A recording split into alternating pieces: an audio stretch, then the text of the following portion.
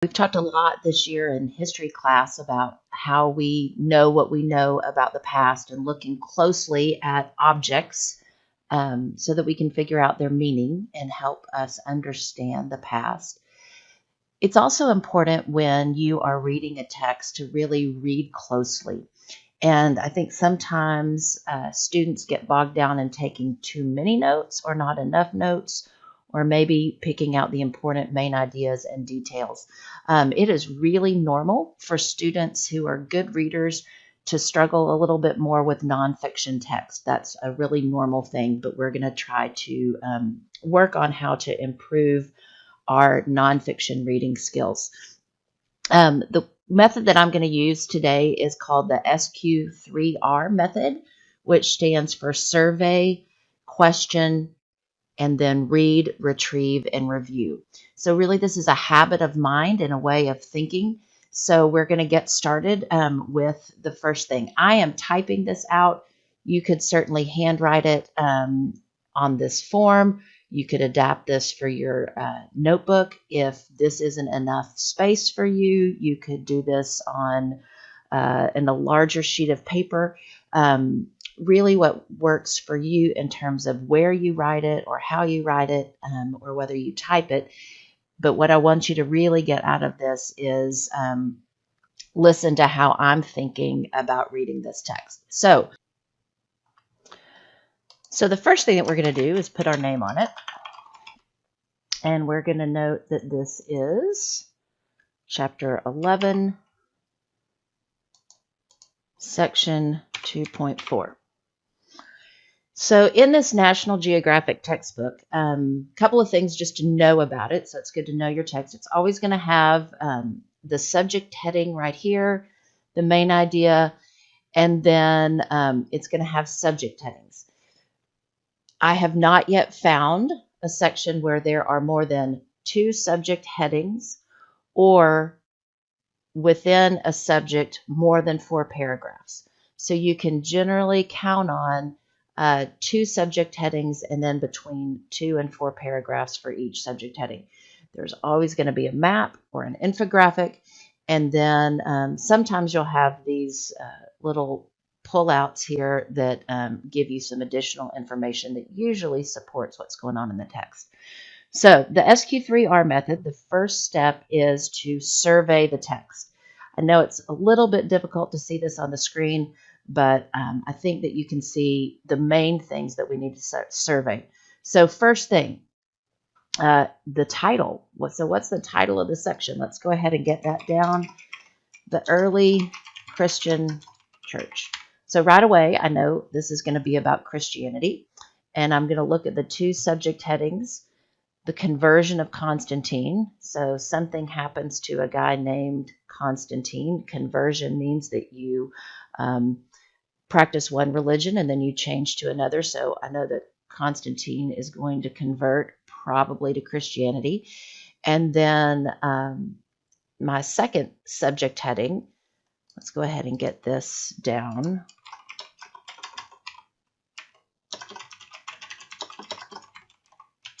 Conversion of Constantine. So already I'm thinking about what it is that I'm going to read. And then I see the second subject heading is the formation of the early church.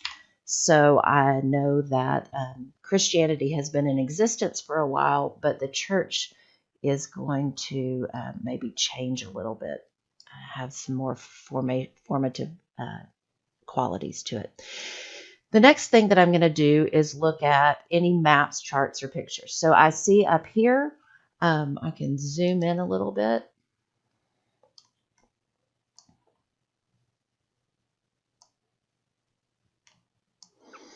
And I see that there's something about catacombs. And I see that they're underground burial chambers. They often have tunnels with spaces cut in the walls for bodies. Some catacombs have large chambers where funeral feasts were held. There are about 40 early Christian catacombs around Rome, and they are the most extensive of any known catacomb system in the world. Shown below is the catacomb of Priscilla in Rome, Italy.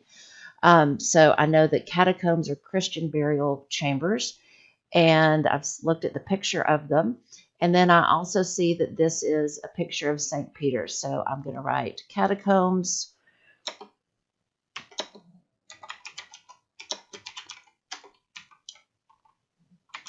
Our burial chambers.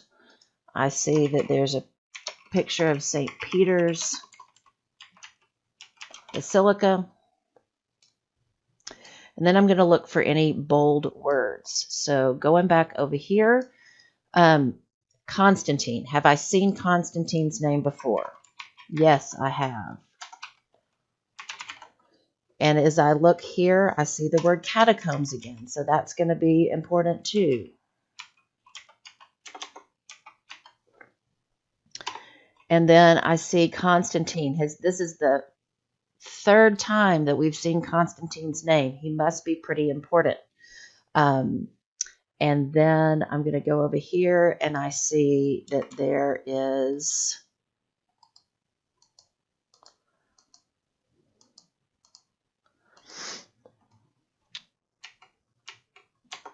the word Pope in italics, as well as the Roman Catholic Church.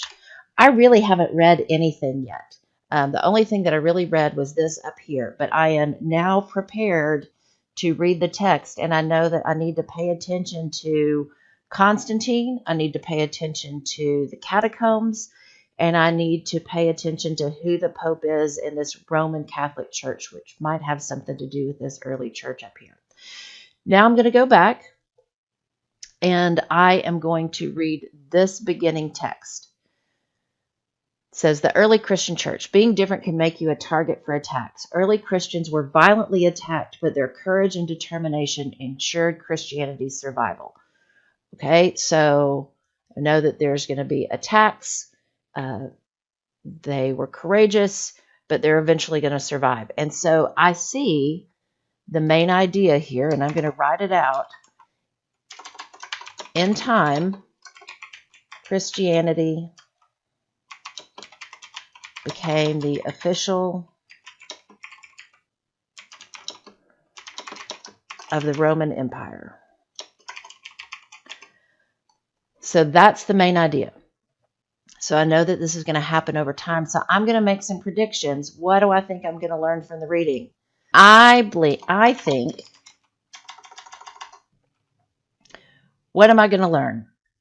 I think I'm going to learn who Constantine is.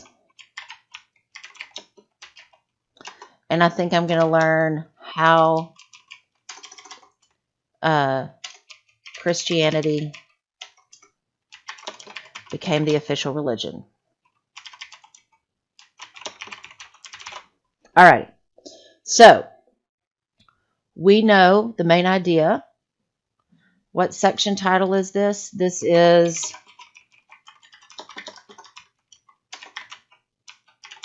the conversion of Constantine. All right. So questions. You don't necessarily need to write these down, but you can think to yourself, okay, who is Constantine? Why is he important? How did he help Christianity become the official religion of the Roman Empire? These are things that I think I'm going to read. So I'm going to think about what my questions are, and now I'm going to move from we've surveyed, we've questioned, now we're going to actually read the text. So if you notice, I have put this so that there are 4 sections, because there are generally only 4 sections or 4 paragraphs in each section. So I'm going to kind of read each paragraph slowly and think about, okay, what's the main idea here? So, as you've learned, Christians were often persecuted by their Roman rulers. In AD 35, a Christian named Stephen became the first of thousands of Christian victims. He was killed for his religious beliefs. Roman leaders punished Christians for refusing to worship the emperors. What's the main idea there? Well, we know that there's a guy named Stephen killed for being a Christian. I'm going to make note that that was in 35 AD. Christians wouldn't worship emperor.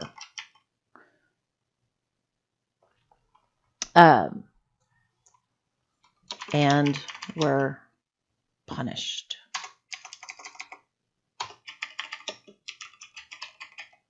All right.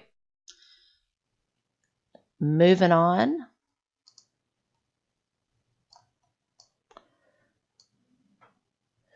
The persecution only got worse.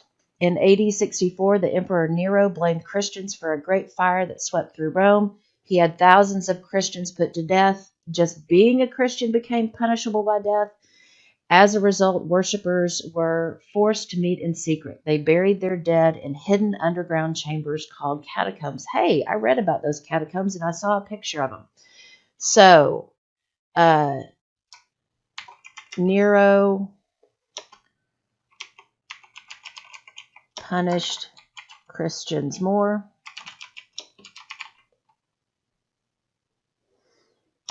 And put many to death.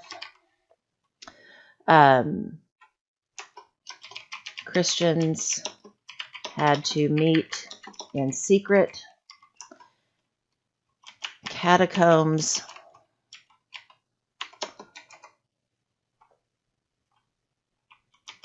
Secret burial chambers for Christians.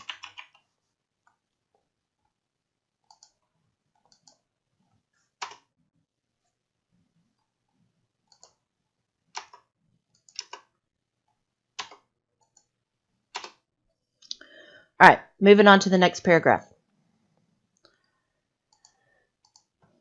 In AD 312, Christian persecution had reached its high point when an amazing change began. On the eve of a battle for control of the empire, a young Roman leader named Constantine prayed for help. He believed his prayers were answered with a vision of the Christian cross. The vision led him to paint a symbol on his soldier's shield. Constantine went on to win the battle. As a result, he immediately put an end to Christian persecution. All right, here's this Constantine guy again. I know he's important. Also, I'm noticing, between 64 and 312, that's a good amount of time. So I might say 312 AD. Constantine prayed before a battle.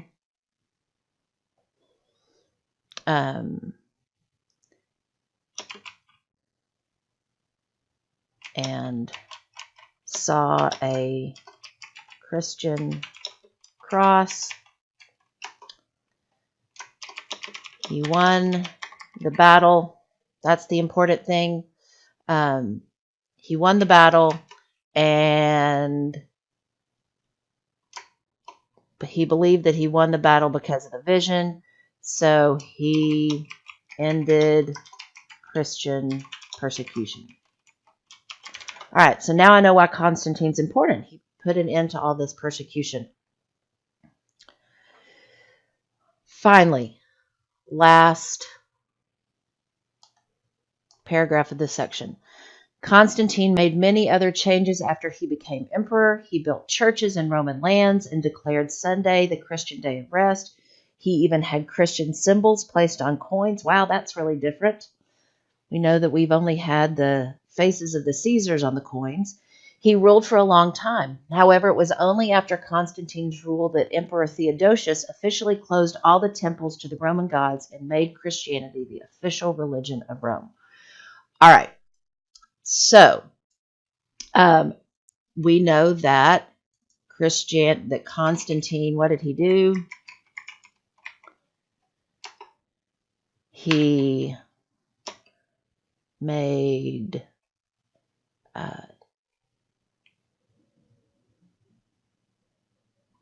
he built churches. He put crosses on coins, and it says Christian symbols, but I'm assuming that's probably going to be a cross.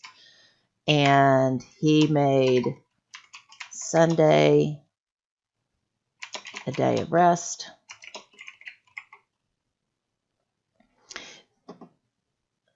But then it talks about this guy named Theodosius. Now, his name isn't in bold, but he might be important because we're drawing a conflict.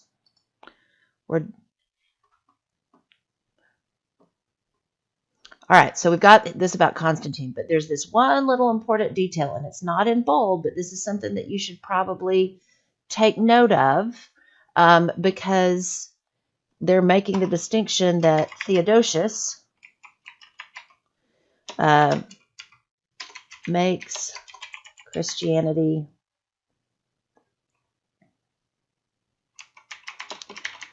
the official religion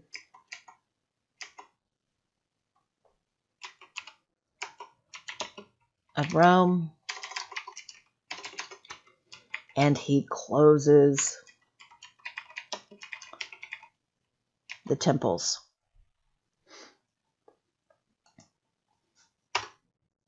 There we go. All right, so I have read all 4 paragraphs. I've kind of put that in my own words.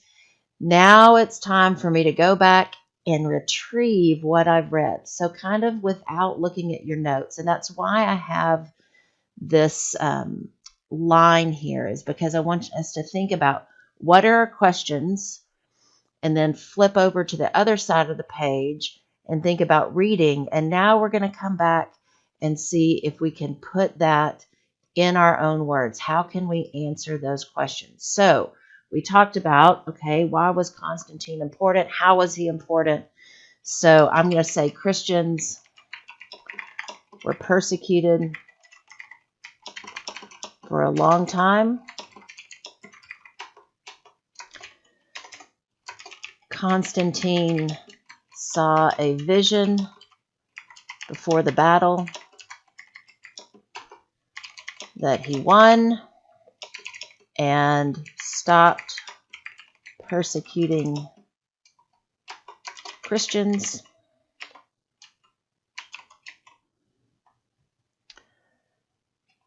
And then he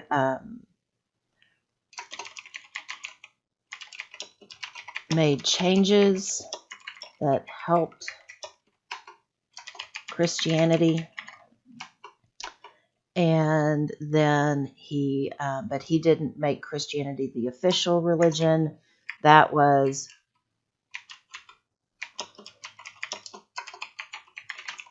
Christianity official.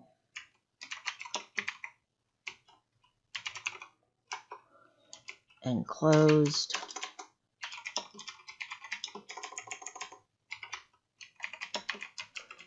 the temples. All right, so I am retrieving. Now I'm going to go back and just scan over this. Oh, did I get everything? Stephen was killed. I might add Stephen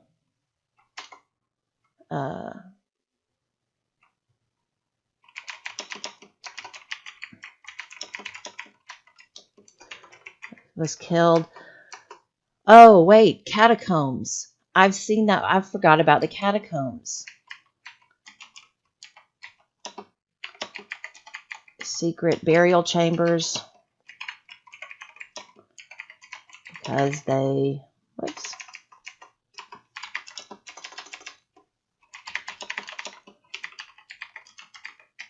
All right. So I am actively thinking about what I'm reading. And now I'm going to go on to the next section. So go back and, try to retrieve it from your own brain, but then go back and check to see what you've missed. So the reason why this method works is that you're not just reading it once, you are going over the information several times, and that helps it to stick in your brain.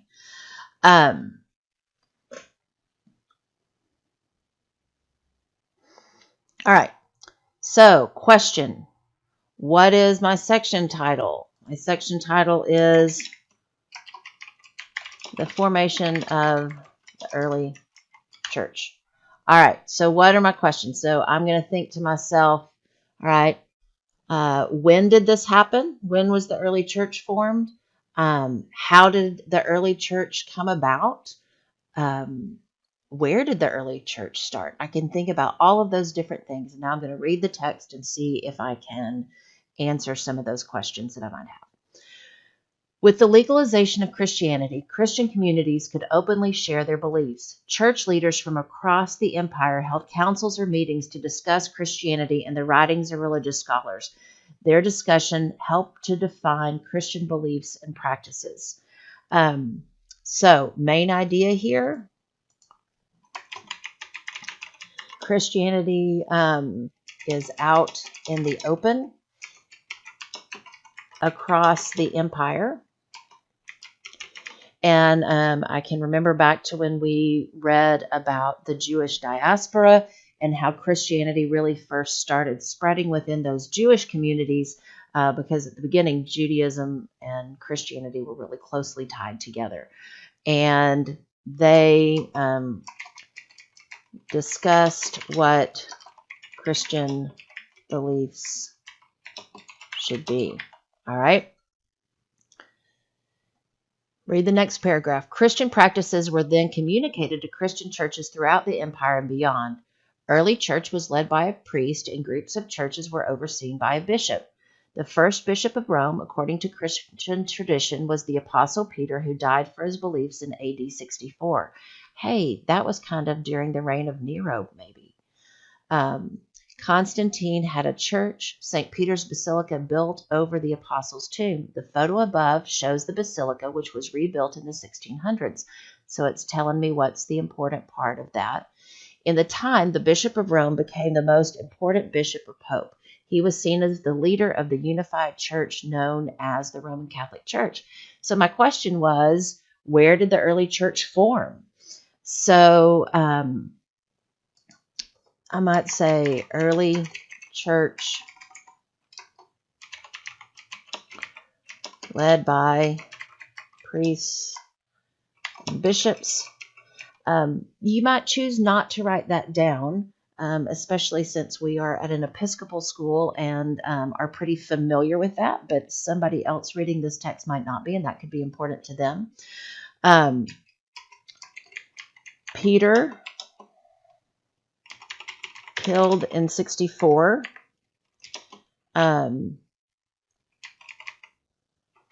Was the first bishop of Rome, and St. Peter's Basilica built over his tomb, which might have been a catacomb, because we know that they were buried in secret.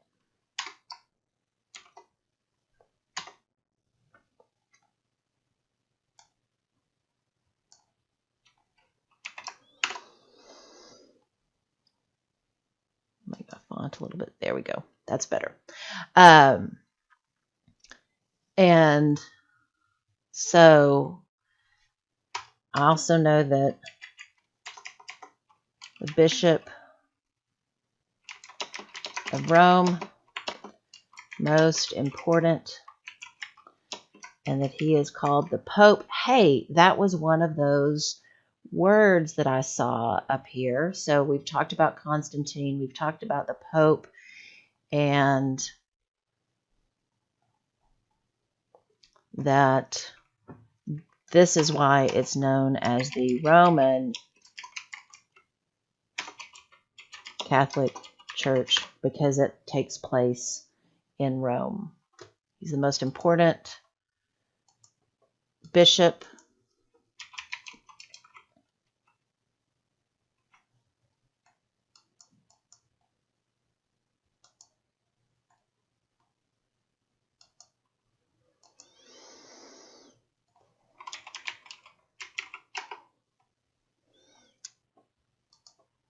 and he is equal to the Pope.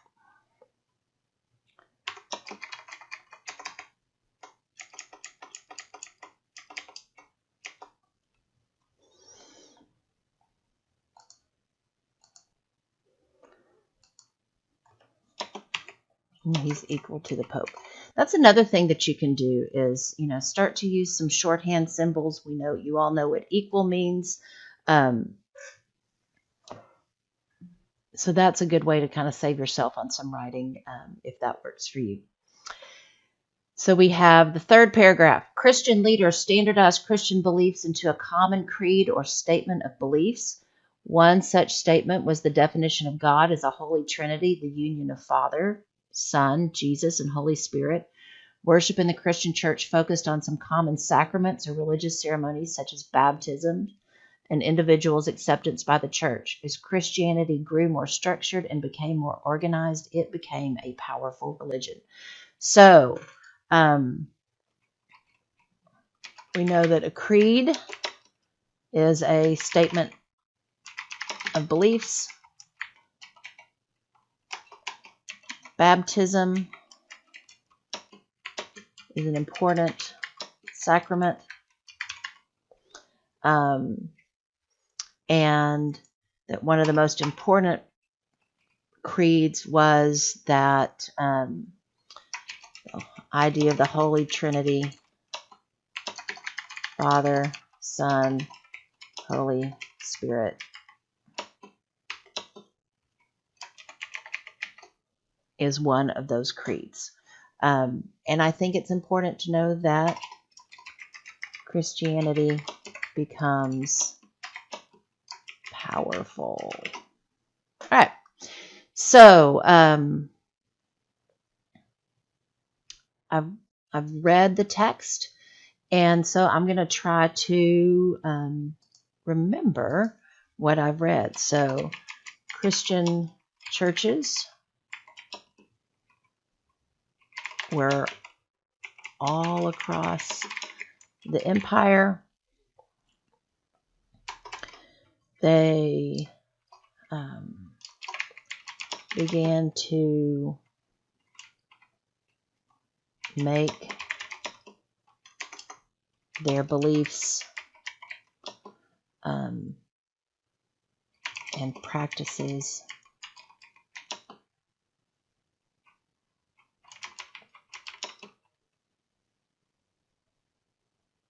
common.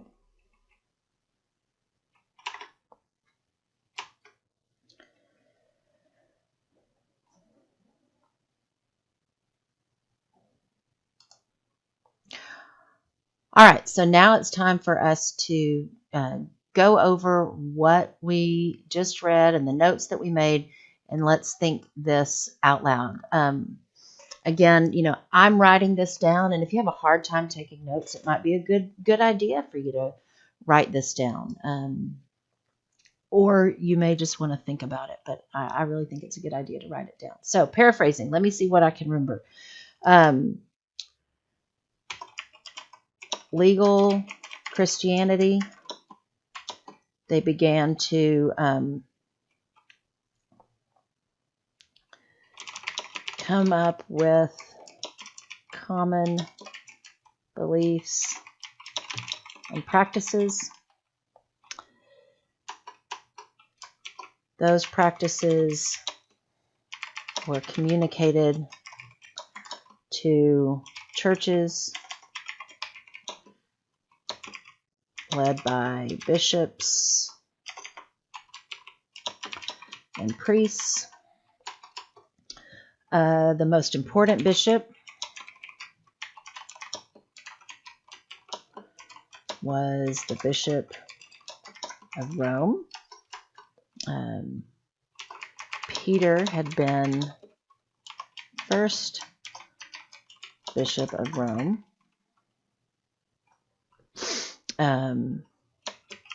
but was killed. St. Peter's Basilica built over his tomb, and that because the most important bishop was the Bishop of Rome,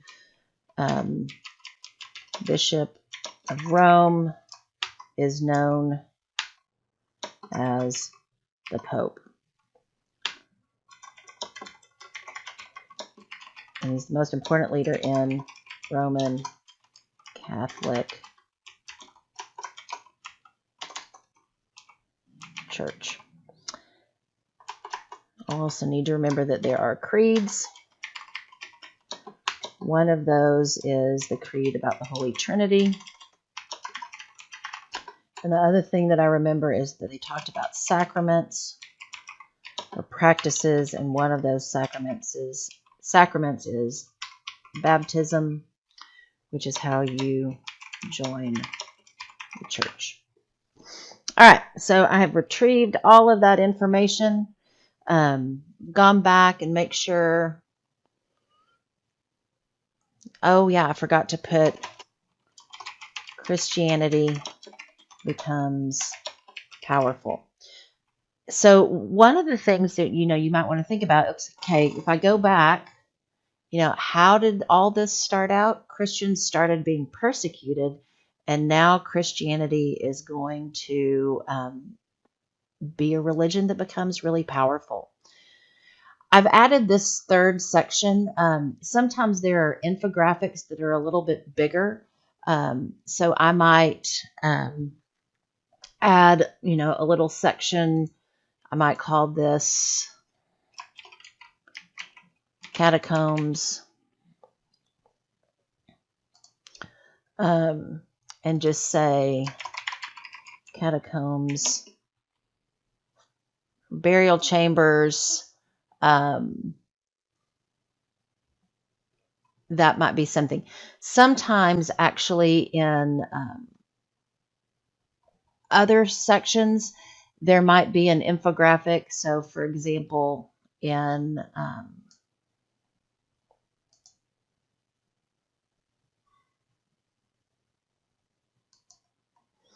this infographic, which is actually going to be for homework this week, it talks about the decline of the Roman Empire and gives reasons. So if I were doing this one later on, this is almost like an outline for what this section is going to be about. So I might take more extensive notes over something like this than I do over simply this about the catacombs. All right, finally, last thing, finally getting to our third R, is now we are going to review, okay? Without looking at your notes, what do we remember? So I remember that Christians started out being persecuted for their beliefs. Constantine, Christians started being persecuted for their beliefs. They were buried in secret in places called catacombs. Constantine had a vision that he, before a battle, the vision was of a cross. When he won the battle, he believed that God had helped him, so he put a stop to persecuting Christians. He even made Sunday the day of rest.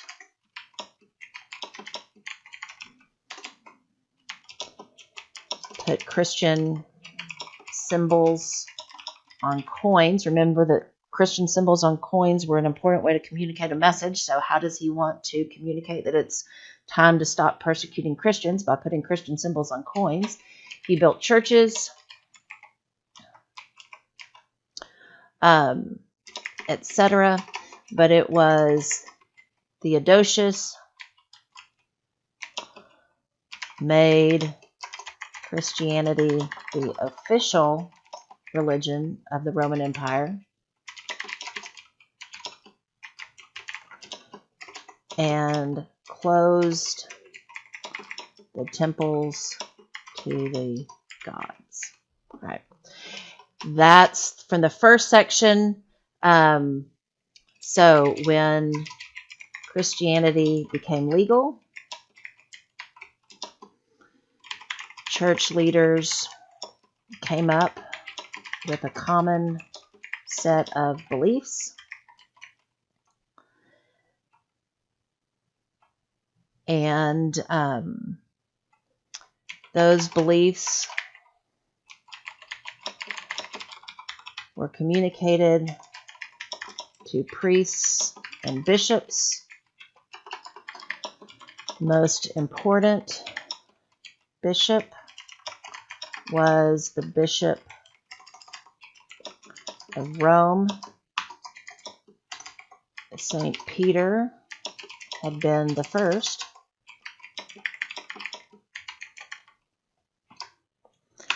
And so Rome is the most important place in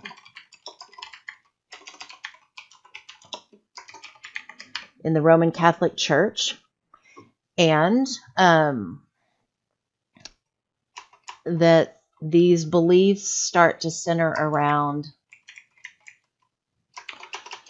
creeds, like the creed about the Holy Trinity, Father, Son, and Holy Spirit, and sacraments such as baptism. All right, so define bold words. Those are the ones that we wrote up here.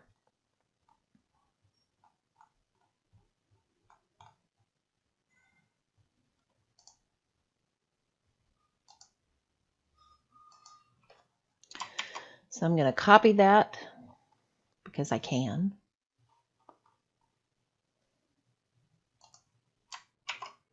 Oh, maybe I can't. So Constantine, catacombs,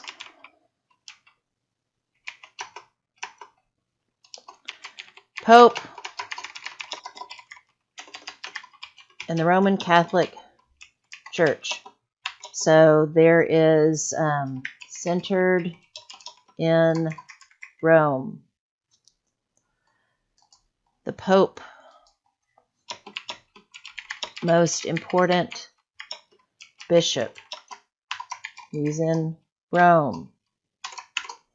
Catacombs, burial or secret burial chambers. Peter's tomb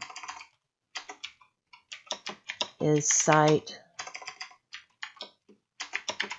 for St. Peter's Basilica. And then back up here with Constantine,